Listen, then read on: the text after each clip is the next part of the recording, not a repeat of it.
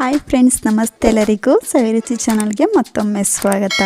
ಇವತ್ತಿನ ರೆಸಿಪಿ ಬಂದು ಮೀನು ಸಾಂಬಾರನ್ನ ಮಾಡ್ತಾ ಇದ್ದೀನಿ. ಖಂಡಿತ ತುಂಬಾ ಚೆನ್ನಾಗಿರುತ್ತೆ. ನೀವೇನಾದರೂ ಮೀನು ಸಾಂಬಾರನ್ನ ಮಾಡಬೇಕು ಅಂದ್ಕೊಂಡಿದ್ರೆ ಖಂಡಿತ ಈ ವಿಧಾನದಲ್ಲಿ ಒಂದ್ಸಲ ಟ್ರೈ ಮಾಡಿ ನೋಡಿ ಫ್ರೆಂಡ್ಸ್, ತುಂಬಾ ಚೆನ್ನಾಗಿ ಬರುತ್ತೆ. ಹಾಗೂ ಫಸ್ಟ್ ಟೈಮ್ ಸವಿರುಚಿ ಚಾನಲ್ನ ನೋಡ್ತಾ ಇದ್ದರೆ ದಯವಿಟ್ಟು ಸಬ್ಸ್ಕ್ರೈಬ್ ಮಾಡ್ಕೊಂಡು ಕೂಡ ನೋಡಿ, ಪಕ್ಕದಲ್ಲಿರುವಂಥ ಬೆಲ್ ಬಟನ್ನ ಕ್ಲಿಕ್ ಮಾಡಿ. ಈಗ ಬನ್ನಿ ಮಾಡೋ ವಿಧಾನ ನೋಡ್ಕೊಳ್ಳೋಣ. ಮೊದಲು ಇಲ್ಲಿ ನಾನು 1 kg ಆಗೋಷ್ಟು ಮೀನನ್ನ ಸ್ವಲ್ಪ ಉಪ್ಪು ಅರಿಶಿಣದಲ್ಲಿ ಚೆನ್ನಾಗಿ 1-2 ಸಲ ತೊಳ್ಕೊಂಡು ಒಂದು ಪ್ಲೇಟಲ್ಲಿ ಹಾಕಿ ಇಟ್ಕೊಂಡಿದ್ದೀನಿ. ಇದನ್ನ ಸೈಡಲ್ಲಿ ಇಟ್ಕೊಂಡು ಇದಕ್ಕೆ ಮಸಾಲೆನ ರುಬ್ಕೊಳ್ಳೋಣ.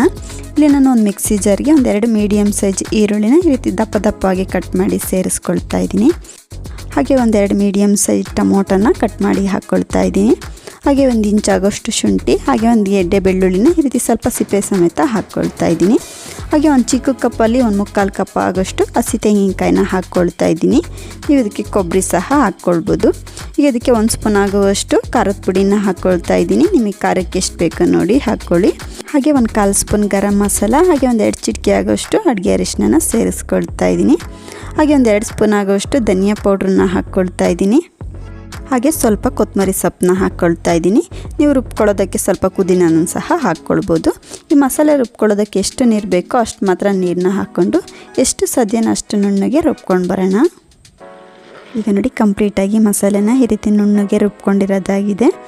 ಇದಿಷ್ಟಾದರೆ ಸಾಕು. ಇದನ್ನ ಸೈಡಲ್ಲಿ ಎತ್ತಿಟ್ಕೊಂಡು ಈಗ ಗ್ಯಾಸ್ ಮೇಲೆ ಒಂದು ಕುಕ್ಕರ್ನ ಬಿಸಿ ಇಟ್ಕೊಂಡು ಇದಕ್ಕೆ 1-2 ಸ್ಪೂನ್ ಆಗೋಷ್ಟು ಎಣ್ಣೆನ ಹಾಕ್ಕೊಳ್ತಾ ಇದ್ದೀನಿ. ನೀವು ಪಾತ್ರೆಯಲ್ಲಿ ಸಹ ಮಾಡ್ಕೊಳ್ಬೋದು. ಎಣ್ಣೆ ಈ ರೀತಿ ಸ್ವಲ್ಪ ಬಿಸಿ ಆದ ನಂತರ ಇದಕ್ಕೆ ಸ್ವಲ್ಪ ಪುದೀನ ಎಲೆಗಳನ್ನ ಸೇರಿಸ್ಕೊಳ್ತಾ ಇದ್ದೀನಿ. ಹಾಕಿದ್ರೆ ಸ್ವಲ್ಪ ಫ್ಲೇವರ್ ಚೆನ್ನಾಗಿರುತ್ತೆ ಅಂತ ಅಷ್ಟೇ. ಪುದೀನ ಸ್ವಲ್ಪ ಫ್ರೈ ಆದ ನಂತರ ಇದಕ್ಕೆ ನಾನು ರುಬ್ಬಿಟ್ಕೊಂಡಿರೋಂಥ ಮಸಾಲೆನ ಸೇರಿಸ್ಕೊಳ್ತಾ ಇದ್ದೀನಿ. ಈ ರೀತಿ ಕಂಪ್ಲೀಟಾಗಿ ಮಸಾಲೆನ ಸೇರಿಸ್ಕೊಂಡ ನಂತರ ಇದನ್ನ ಒಂದ್ಸಲ ಚೆನ್ನಾಗಿ ಮಿಕ್ಸ್ ಮಾಡ್ಕೊಳ್ಳೋಣ. ನಾವು ಎಲ್ಲ ಮಸಾಲೆನ ಸಹ ಹಸಿದೆ ಹಾಕ್ಕೊಂಡು ರುಬ್ಕೊಂಡಿರೋದ್ರಿಂದ ಈ ರೀತಿ ಎಣ್ಣೆಯಲ್ಲೇ 5 ನಿಮಿಷ ಚೆನ್ನಾಗಿ ಫ್ರೈ ಮಾಡ್ಕೊಳ್ಬೇಕಾಗುತ್ತೆ. ಈಗ ನೋಡಿ, ಮಸಾಲೆನ 5 ನಿಮಿಷ ಚೆನ್ನಾಗಿ ಫ್ರೈ ಮಾಡ್ಕೊಂಡಿರೋದಾಗಿದೆ. ಮಸಾಲೆಯಲ್ಲಿರುವ ಹಸಿ ವಾಸನೆ ಕೂಡ ಕಂಪ್ಲೀಟಾಗಿ ಕಮ್ಮಿ ಆಗಿದೆ.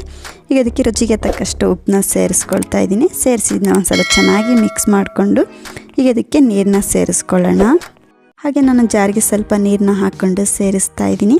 ಹಾಗೆ ಸ್ವಲ್ಪ ಎಕ್ಸ್ಟ್ರಾ ನೀರನ್ನ ಕೂಡ ಸೇರಿಸ್ಕೊಳ್ತಾ ಇದ್ದೀನಿ. ನಾವು ಈ ಮೀನು ಸಾರನ್ನ ಚಿಕನ್ ಮಟನ್ ಸಾಂಬಾರು ಮಾಡ್ಕೊಳ್ತೀವಿ ನೋಡಿ, ಆ ರೀತಿ ಸ್ವಲ್ಪ ಗಟ್ಟಿಯಾಗಿ ಮಾಡ್ಕೊಳ್ಬಾರ್ದು. ಸ್ವಲ್ಪ ಮೀನು ಸಾರು ತೆಳುವಾಗೇ ಇರಬೇಕು. ನಾವು ಮೀನು ಸಾರು ಕುಡಿಯೋ ಥರ ತೆಳುವಾಗೇ ಇರಬೇಕು. ಆವಾಗಲೇ ಮೀನು ಸಾರು ತುಂಬಾ ಟೇಸ್ಟಿಯಾಗಿ ಬರುತ್ತೆ. ಹಾಗೆ ಇಲ್ಲಿ ನಾನು ಸ್ವಲ್ಪ ಹುಣಸೆಹಣ್ಣಿನ ರಸನ ಸೇರಿಸ್ತಾ ಇದ್ದೀನಿ. ನಾವು ಮೀನು ಸಾರಿಗೆ ಸ್ವಲ್ಪ ಹುಣಸೆಹಣ್ಣಿನ ರಸನ ಹಾಕ್ಕೊಂಡ್ರೆ ತುಂಬ ಚೆನ್ನಾಗಿ ಬರುತ್ತೆ. ಹಾಗಾಗಿ ಸೇರಿಸಿ ಇದನ್ನ ಒಂದ್ಸಲ ಚೆನ್ನಾಗಿ ಮಿಕ್ಸ್ ಮಾಡ್ಕೊಳ್ಳೋಣ. ನೋಡಿ, ಈ ರೀತಿ ಸ್ವಲ್ಪ ತೆಳುವಾಗೇ ಇರಬೇಕಾಗುತ್ತೆ. ಈ ರೀತಿ ಚೆನ್ನಾಗಿ ಮಿಕ್ಸ್ ಮಾಡಿಕೊಂಡು ಮಸಾಲೆನ 10-15 ನಿಮಿಷ ಚೆನ್ನಾಗಿ ಮೀಡಿಯಮ್ ಫ್ಲೇಮಲ್ಲೇ ಕುದಿಸ್ಕೊಳ್ಳೋಣ. ಈಗ ನೋಡಿ, 15 ನಿಮಿಷ ಚೆನ್ನಾಗಿ ಕುದಿಸ್ಕೊಂಡಿರೋದಾಗಿದೆ. ನಾವು ಮಸಾಲೆನ ಈ ರೀತಿ ಎಷ್ಟು ಚೆನ್ನಾಗಿ ಕುದಿಸ್ಕೊಳ್ತೀವೋ ಮೀನು ಸಾಂಬಾರು ಅಷ್ಟೇ ಟೇಸ್ಟಿಯಾಗಿ ಬರುತ್ತೆ.